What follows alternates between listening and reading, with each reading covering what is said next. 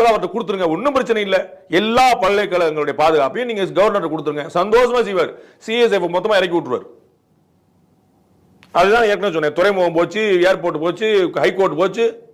அதெல்லாம் நான் இந்த பக்கம் இருந்தேன், அரசாங்க பக்கம் இருந்தேன். ஹைகோர்ட்டுக்கு பாதுகாப்பு நான் தான் கொடுப்பேன், அடம் பிடிச்சிருப்பேன். ஏன் எங்க போலீஸ் என்ன கம்மியா? நீங்க எதுக்கு சிஎஸ்எஃப் கொண்டு வரீங்க?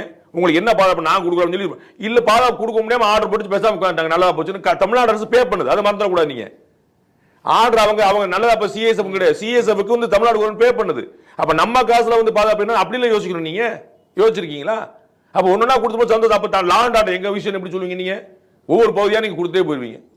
இப்போ அந்த யூஜிசி விதிகளுக்கும் இப்போ முதலமைச்சர் கண்டனம் தெரிவிச்சிருக்காருல, டிராஃப்ட் தான் வந்திருக்கு, இருந்தாலும் இப்போவே நாங்கள் போராடுவோன்ற அளவிற்கு லீகலாகவும் போராடுவோம், அரசியலாகவும் போராட தயார் அப்படின்ற ஒரு ஸ்டேட்மெண்ட்டை கொடுத்துட்டாங்க. லீகலாக போராடுவாங்கன்னு தான் நினைக்கிறேன். அதில் அவங்களுக்கு வெற்றி கிடைக்கிறதுக்கான வாய்ப்பு இருக்குன்னு நினைக்கிறேன். இது எக்ஸசிவ் பவர் முழுக்க, அதாவது